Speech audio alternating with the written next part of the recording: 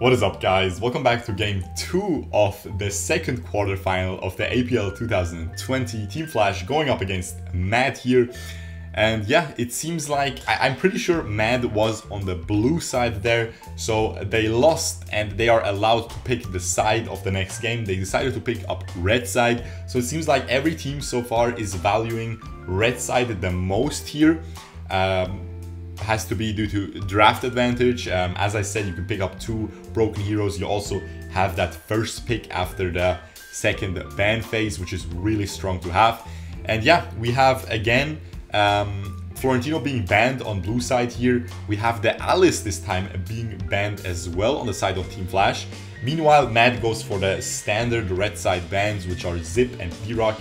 These 2 heroes are just incredibly strong and really sad for Mad to be in such a position where they lost with D-Rock, right? They picked up D-Rock and they lost.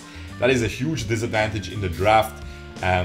Omen being picked away from Yuzon here, and this Batman being hovered, and Tara, but there's no way, guys. That is just absolutely, they're gonna change these. But as I said, Omen being picked up, very strong into Richter. Very strong, pretty strong into Yena. Like he's pretty good against most of these side laners. Roxy is a good counter pick, but I don't think we've seen Yuzon play Roxy. He's definitely not going to pick Vero. I would love to see it. I think it's a good pick, but these guys don't really value Vero as much as I do. And yeah, Ignis picked up here for Fanta in the mid lane and Eland'orr for Neil. Now, Eland'orr on Neil is of course such a beauty to see, but we'll see what Team Flash picks up here. If they don't pick up a marksman here, we'll see a lot of these bans coming out. They already picked up that Cathany. We might see Mad going with that double marksman combo with that Cathany in the side lane, Eland'orr in the jungle. Probably not though, honestly. I just don't feel like it, especially if Liliana is locked in. She is really good at poking down marksman, and yeah, she just has a lot of range. She's pretty good against marksmen. She can easily just do so much damage to them. Well, I'm not sure if this Liliana will be picked up. Yeah, I'm liking the Crixie more. Crixie fills a similar role, just huge poke, but just has more consistent damage. The damage goes, I mean, the stun can go past the tanks, you know. Liliana, you can just block the stun if you're a tank. And yeah, Krizik's being picked up, and now we will definitely see a support, a lot of support bans if Mad doesn't pick up a support here. I think they will. If they don't pick Cathany, we might see that ban coming out as well. Although actually they do play double marksman. I think they do play double marksman. I'm not quite sure. I feel like Yena for 0322 is one of his comfort picks besides the marksman. But of course he can play anything. We've seen him on Valhein as well. It's gonna be very interesting. Now of course Team Flash doesn't have a jungler yet, so we might see a lot of jungle bans coming out once again, with that Zill being gone now, with that Eland'orr being picked, Richter being picked up. Not sure what to say. It can of course be flexed into support role, which I would like to see here, because I don't think Richter is going up against an Omen is a good thing. You know, because Omen is seen as that only Richter counter, at least back in the days, because you can just shield his damage and you can do quite well against the Richter as an Omen. But yeah, we might see the Richter coming out anyway, because we might see the Richter for the Abyssal Dragon lane, okay? I think 0322 is pretty big on that Richter, and as I already said, we have the junglers being banned out. Zephys, a ban right here. Very interesting Ibanef ban, okay? As I said, the support pick didn't come out, so they're gonna start banning these supports, and Laville ban coming out. So they're not putting too much pressure onto the marksman bans, onto the jungle bans. They just wanted to ban away that Zephys because it really rains onto Ignis quite literally. You just jump on him and Ignis is dead. And yeah, we might see a Nakrof coming out. And Xenial being banned away as well as that second support ban there. It seems like they know something about Ibanef that we don't know, that just, I don't know, maybe Ibanef just hard counters. I mean, it hard counters the other 3 picks pretty well so far, because they try to go into the enemy team and you just zone them away with Ignis. Of course, Lumber is a very basic pick here. They don't have to pick it yet, but I guess they don't want to show their last pick, because that last pick can be flexed. You can pull off an Eland'orr side lane for sure and put another jungler in there, but you can also pull off another marksman side laner, or you can just take another tanky or like warrior side laner, right? So will we see this Lumber pick coming out here though? Because a Lumber is pretty good. Yeah, it is pretty good. What can I say? It's just a pretty standard, solid support. Always has been. Just always is strong in the meta. And yeah, we'll see if we'll see what Team Flash does here with their picks. Of course, they still need a marksman and they still need a jungler. Now they could go for a marksman jungler like Fennik. I can see them doing that, but I don't think Fennik is too good against Eland'orr, in my opinion.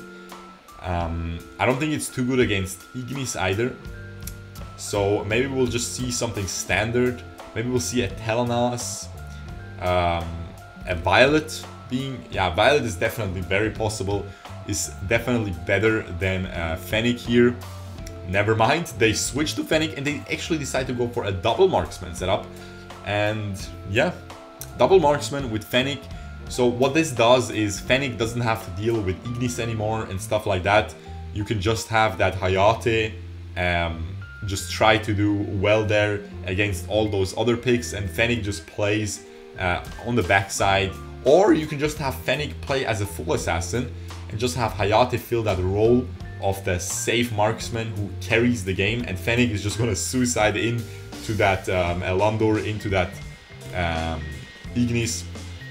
And that last pick, Emily was hovered there very briefly, but not going to be picked up. It seems to be a Valhein here, double marksman coming out of Mad as well here. And they are talking a lot here, they're thinking about it. And yeah, we'll see if this is going through. Yeah, it does go through. Valhein, it's very hard for Valhein to play against the Crixie, that is for sure. Valhein also can get hard poked out by that Hayate in the late game. He can also get chained by a flicker ult from Omen, so I'm not sure what to think about this draft right now. I hope Mad has a clear idea here and it won't end up like that Lindis pick, because that Lindis pick really, a lot of the enemy heroes could just completely destroy her, like that Zill last game. So yeah, we'll see how this turns out. For the early game team fights, for the early game skirmishes, I think the mid lane is gonna go in the side of Team Flash, just because they have that Kha'Zix, he pulls it together the minions, and Crixie one-shots them, and that is just such a fast rotation. Coming in, Go is able to pull out the blue buff there to make it reset. It still goes down, but it goes down to Team Flash here. However, Mad is just completely wiping them right now in that team fight, and end up getting that blue buff in the end as well. Eland'orr ended up dying, however he doesn't care. We have that pure CC build coming out by Ignis here, because he has that Devil's Awakening as well for that huge cooldown reduction bonus. And yeah, we actually have a lane swap here. We have a Richter going up against Hayate. As I said, Richter doesn't want to lane against Omen. Valhein doesn't want to lane against Hayate, I think, in my opinion, because Hayate can keep his range and just poke with S1. And yeah, so we have that lane swap coming in by both of them. Very well played. They have the better matchups now, because of course Hayate can just poke Omen from range. Meanwhile, the Richter can just destroy that Valhein. And yeah. Actually, I was saying it the wrong way. Whatever, guys. Listen, guys. I'm I'm trying. I think I said some really stupid stuff there. But oh well. I think I was completely looking at it from the other side around. But it's all good. It is all good. Actually, no. Richter doesn't want to lane against someone. I was right. Never mind, guys. Chill out. Anyway, we have that first We have that minion wave being cleared by both sides, and again, Mad is going for that blue buff invade, ends up dropping that dragon, and lets Team Flash take it. So that is something that Team Flash at least can get as a consolation prize. But that blue buff is just so, I don't know, it is really important, and Mad Team just securing all of these blue buffs is definitely huge. Might even be worth the dragon, you know, because you just lose your whole topside jungle there. So, and now you lose this little minion as well, most likely. Yeah, Neil gets it, and this is just such a huge advantage already for Mad Team. They are able to completely flip the switch and turn this game around from the last game. Last game, of course, was very one-sided, honestly. Team Flash was just winning throughout the whole game there. Despite Mad Team getting those 2v2 kills in that bottom lane, it still didn't matter. And yeah, we have that Hayate going top lane now. They keep switching these lanes around, and the Mad Team keeps responding to the switches. And yeah, we have Yuzon getting poked a little bit out here. As I said, he isn't really known for his Richter. Also, he is going for Devil's Awakening, which is really interesting, man. Usually you see Desperate Duel. Very nice flicker there by Pro to dodge that Lumber ult. And now Lumber is getting poked by that Fennik there a little bit. And that Hayate is just doing a lot of damage to them, poking them, and gets out in time. And again, this blue buff is being taken down, but it is going to be by Team Flash here. Fennik picks it up, so he finally gets his first blue buff of the game, 4 minutes into the game.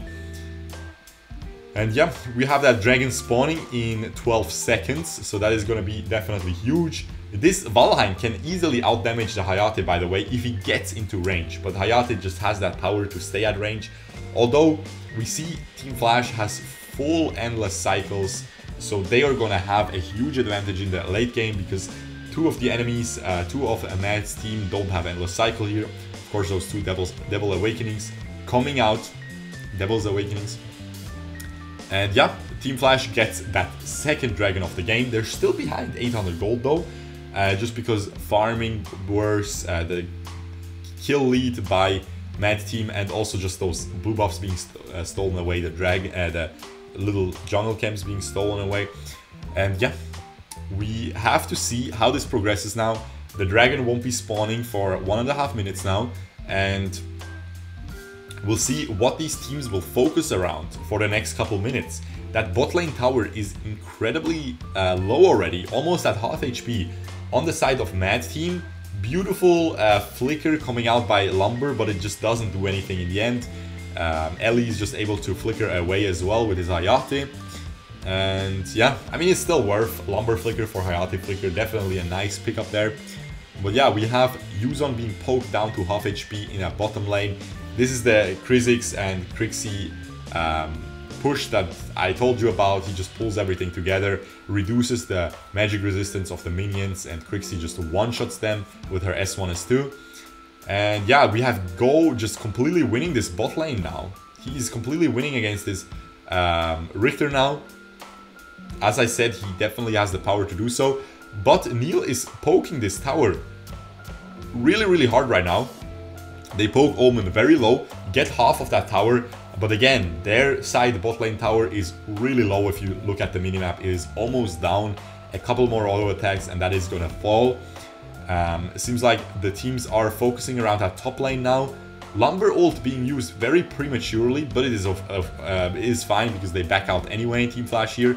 And again, Neil follows up. Oh my god, so aggressive, that last jump there. That was really aggressive, but he knows no one is there to attack him.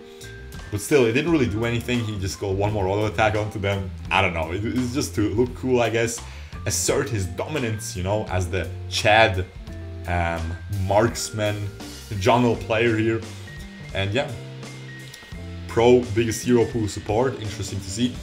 And yeah, we'll see how this 7 minutes into the game, only 4 kills dropping so far. We'll see if this is gonna pick up in pace a little bit this game, because of course we have very explosive team fights coming in by both teams with that Hayate ult, Crixie ult, huge AoE damage coming in. But on the side of Mad, we have Richter ult, Ignis ult, so much true damage coming in. And Mad just completely sneaks this Slayer right now. Bot lane, we have Omen and Fennik split pushing in that bot lane, and they instantly turn onto that Slayer to secure it. They are able to, very well played. We have Omen right now in that mid lane with that Fennik clearing out that mid lane wave. And now, while this is definitely a nice advantage now for Mad in terms of pressure on the map, because of course they have the Slayer buff and that Drake being summoned in that top lane, they will try to get that top lane tower. Still very even in gold, only a 300 gold advantage for Mad. Arctic Orb being used there by that Ignis, which is huge. That won't be up, but he will get his Frosties very soon, so he's going for that maximum CC build. As I said, huge true damage there onto 2 enemies by that Ignis. Very well played with that last little S1 thrown right before the ult hits. Fennik getting caught, is able to get away though. XP uses his ult to try to do some counter damage, succeeds, but it is not enough. And with that Slayer buff, you know, you have that health regen, they can just keep pushing here. They can keep pushing. The Drake is gonna die very soon, but is gonna get half that tower, might even get the full tower. No, not able to get the full tower, but Mad instantly rotates mid lane, gets that mid lane tower, and now they have all 3 outer towers down on the side of Team Flash. Also, they have that tier 2 tower in the top lane, super low. They rotate to that Dragon instantly. They're just gobbling up all the farm on the minimap right now. And yeah, just playing very well. This Omen is going super tanky. Richter also just going full tank so far. We'll see if they will decide to go for... I mean, Omen will probably go for a Fafnir at some point. But at the same time, the enemies are kind of squishy, so... I don't even know if he will. Maybe he will just go full tank. Let's see those Arcana. This is very standard. Yeah, full Blitz Arcana. I go for that as well. Armor Pierce, attack speed, movement speed. Yeah, this is very standard. He actually goes for the no Muramasa on his build here. I mean, that's what he suggests, right? That's what Neil suggests, at least. But Muramasa is very clean on Eland'orr. But yeah, we have a little bit of an exchange coming in there. A lot of ultimates used, some flickers used there by Crixie, but in the end, nothing really happens. Lumber used his flicker once again. He's doing a good job forcing the enemies to use their flickers. And again, this endless cycle advantage cannot be undervalued here, okay guys? Because Mad has only 3 endless cycles, while Team Flash has 5 of them, okay? And they haven't really used any of them. They only died early game. I mean, all these kills are from that first team fight still, okay? In that blue buff. We have seen 10 minutes of no kills so far, okay? Only those in those first 30 seconds we saw a kill. We saw 4 kills. So I don't think any endless cycles are used. I don't think anyone would use endless cycle for a 5-second respawn. I highly doubt it. So yeah, Lumber again jumps over the wall, uses his ult. He is really using these ults. He's just spamming them, guys. That is absolutely crazy. We have again that same build coming out by Valhein. He's gonna go for that Devil's Handshake most likely next. Maybe for a Slick Sting, but I don't think so. They don't really have a lot of CC that he would need that for. And yeah, we have Valhein getting caught by that Omen ult. No counterplay there, just completely gets dropped. Omen didn't even use Flicker, so that is probably his fault getting caught by that. He even flickered, but still got caught by it. And yeah, on the other side though, Ellie was pressuring the enemies hard. However, gets caught himself there and ends up dropping. And now I think this is just Mad's. Yeah, Valheim used his endless cycle, so this is a 5v4 right now. But Hayate is following up as well. He doesn't have his ultimate ready though. He is trying to join this fight, but he doesn't have his ult ready. So he's not gonna be able to do much here. Fennik doing so much damage in return though, just pounding away with his auto attacks, doing so much, flickering away, I mean S2ing away, and they are able to pick up Yuzon on the back of that as well. Absolutely crazy team fight coming in there. And yeah, Hayate has his ult available now, uses it, tries to get that Ignis. Ignis just sidesteps it, and now I'm not sure if he can get it. I think they have to back out. Maybe not. Oh my god, he's doing so much damage to Neil as well. He goes deep now. Neil ults him, completely outplays everyone. Neil is insane, guys. On his Eland'orr, just so well played. Let's just look at this again, man. That was just huge outplay coming in by Neil. Look, he gets poked by this Hayate, jumps back instantly, jumps there, boom. Ults him into the tower, and they completely clean them up. Such a well played 2v2 there by Mad, completely outplaying Ellie and Proe. And yeah, ADC gets attacked by Yuzon, but is able to jump away, has his S2 of course up, and now Yuzon gets ulted here, and I think this will just be a disengage, yeah, because Neil is following up, has way too much damage right now on his Eland'orr. And again, this Lumber ult just being spammed like a basic skill shot or something, like a basic skill. And yeah, we see that team fight again. But meanwhile, take a look at the bottom right. Slayer fight breaking out. Dark Slayer going to the side of Mad. These replays are garbage, guys. Show the game, man. We've seen it. Listen, man, you show the replay when there's nothing happening. You could show that replay right now, because now everyone is going back after that Slayer. Come on, guys. Anyway, they got the Slayer, they secured it, and Neil, Mad again in a very good position after that 2v2 outplay that you're seeing here, right? Again here. Anyway, we have, of course, Fennik definitely not as strong as Eland'orr in the late game. Hayate definitely not as, almost even as Eland'orr maybe, but I think Valhein is stronger than Fennik late game, for me at least. Valhein just does so much mixed damage, really tanky, and yeah, we'll see how this turns out though. Yuzon going in deep with his ultimate there, not able to get anyone though, pokes the enemies out a little bit, zones them away, and now that the Drake is pushing down in at the bottom lane for the side of Mad Team, and we'll see if they will be able to get anything here. Again, this was a very beautiful Lumber ult, completely zones the enemies away, slows them down so hard.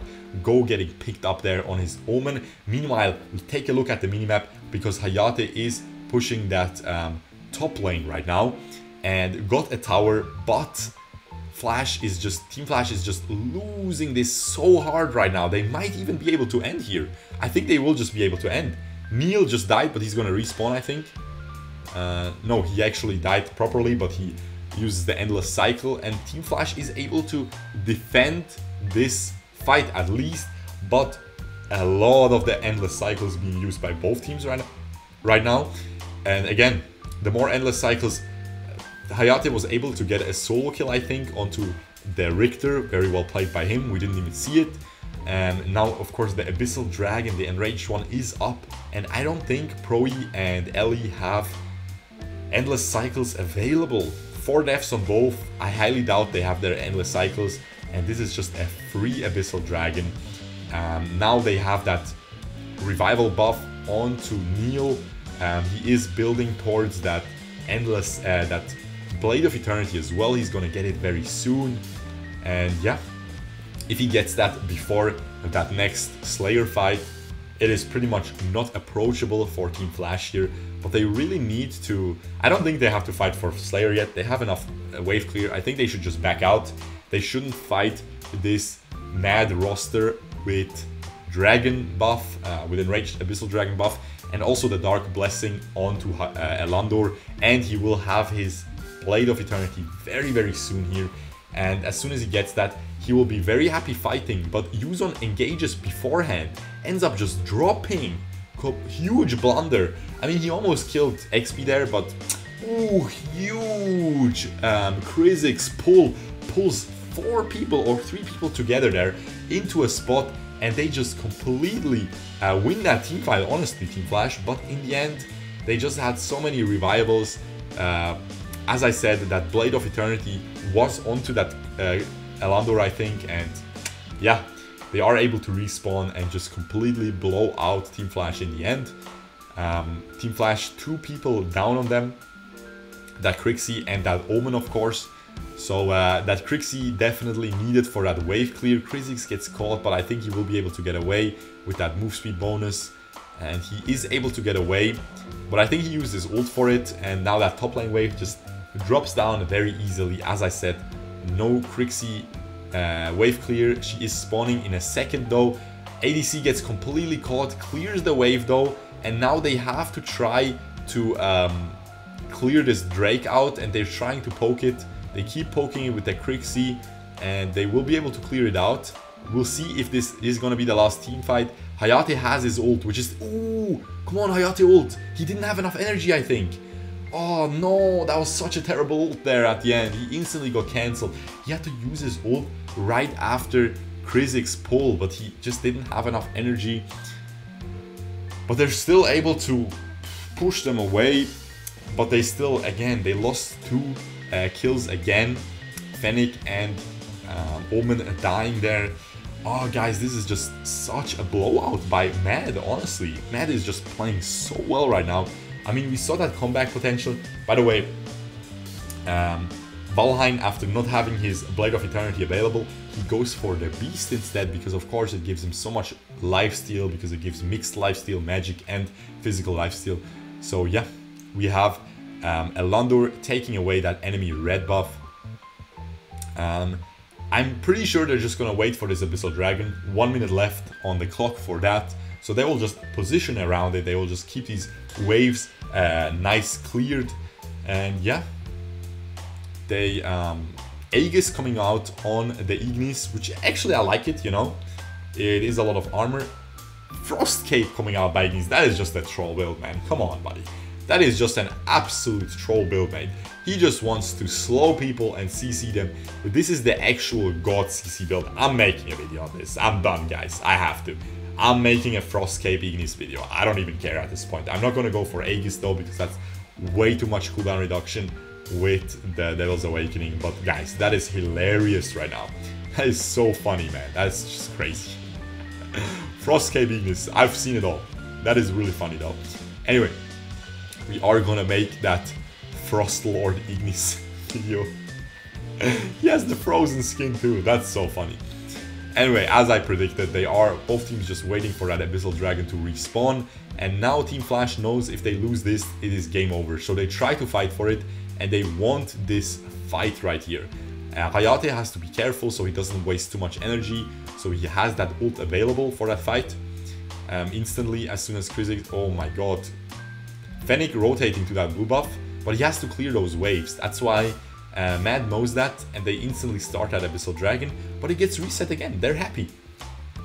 Team Flash is super happy with this progress right now, because they are able to clear those waves with that Fennik, while also still able to contest that dragon and force the enemies away from it. So yeah, we'll see. The dragon finally dropping though. They're not able to force them away in the end. And now I would have liked, yeah, exactly, that's what I would have liked. An Omen ult onto that Neil, and I think if they can burn him down, but they just weren't in position. It is so sad. This is just a huge blowout now. It was a nice try, I'm gonna be honest, but they should have done it before, honestly. They should have just instantly tried to engage with Omen Flicker ult, and now they will just all die, I think. Omen is trying to pour back, but Lumber is gonna find him, and is gonna, I think, kill him. Or he's just gonna keep him there. He's just gonna keep him there. That is hilarious. He's not even gonna kill him, because if Omen has an endless cycle, he's gonna use it, you know? So you want him to keep him there. You just want to keep him there. Lumber is doing an amazing job. Look at this on the minimap, and yeah, Mad is gonna be able to end regardless. Neil instantly cancels that Hayate ult. Very well played.